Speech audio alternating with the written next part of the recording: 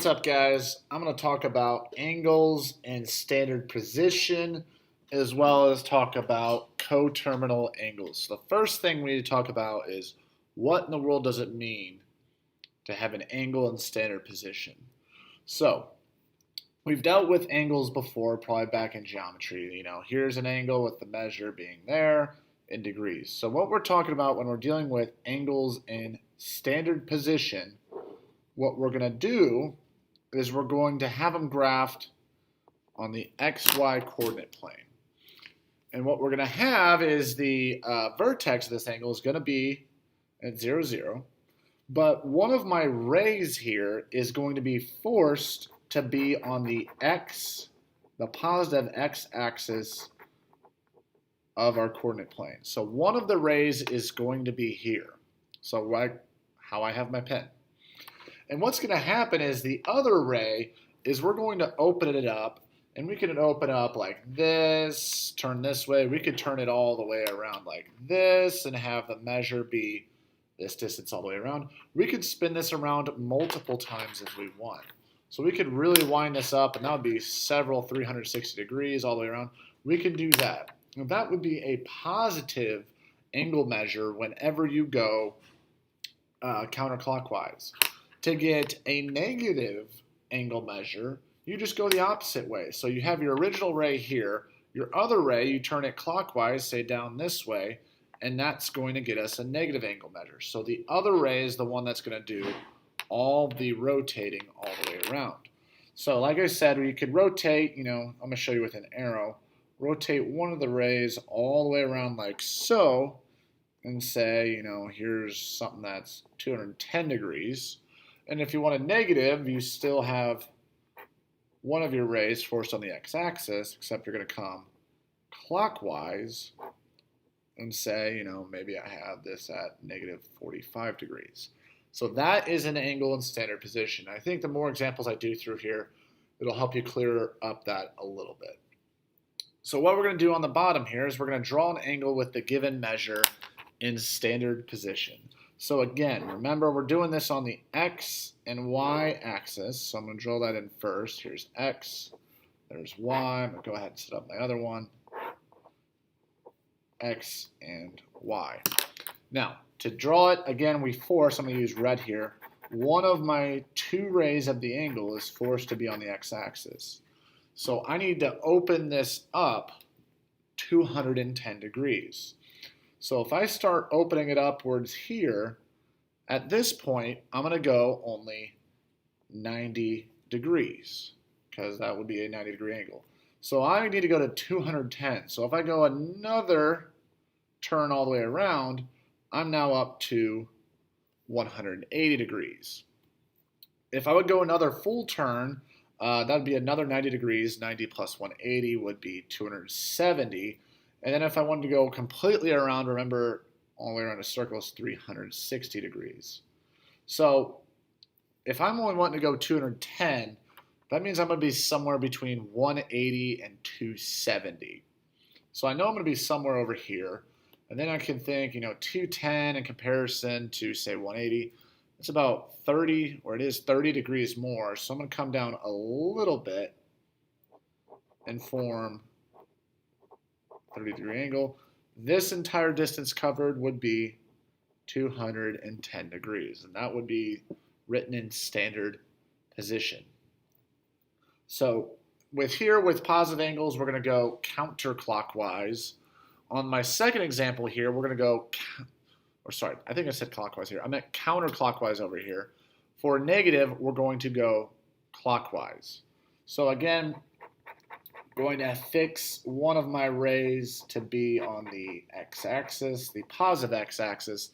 So going counterclockwise is positive.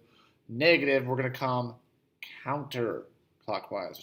Sorry, I keep flipping it back and forth. Counterclockwise for positive, clockwise for negative. So we're going to come down this way. So if I need to go negative 120 degrees, going to this first axis would give me 90. So if I would have gone all the way to the complete second axis, I'll be up to 180. So I don't want to go that full distance. We're going to come a little bit across. So to get from 90 to 120, we're going 30 more degrees, about there, and that would be negative 120 degrees. So that is drawing angles in standard position. So one more example for you. We're going to draw an angle with the given measure in standard position, but then we're going to find one positive angle and one negative angle that are coterminal with it. Now I'll come back and explain kind of what that second part of that question means, but first let's start with just drawing these in standard position. So again, get my x and y axis. And if I want to go negative 60 degrees, start with my first ray here. And if I want to go negative 60, that means we're going to come down. Don't want to go to the full 90. You're going to come down to about here. And that is negative 60 degrees. I'm going to go ahead and draw this second one in standard position. X and Y axis. 390 degrees. So I'm going to start with my first ray on the x-axis there. If I spin here, I've gone 90. Go another turn, I'm up to 180. I'm up to 270. I'm up to 360. So to get to 390, I'm going to have to go 30 more degrees, which is about there. That would be an angle in standard position of 390 degrees. Now, what I want is angles, a positive angle and a negative angle that are coterminal. What we really mean by that is I have this angle at negative 60 degrees with my two rays like this.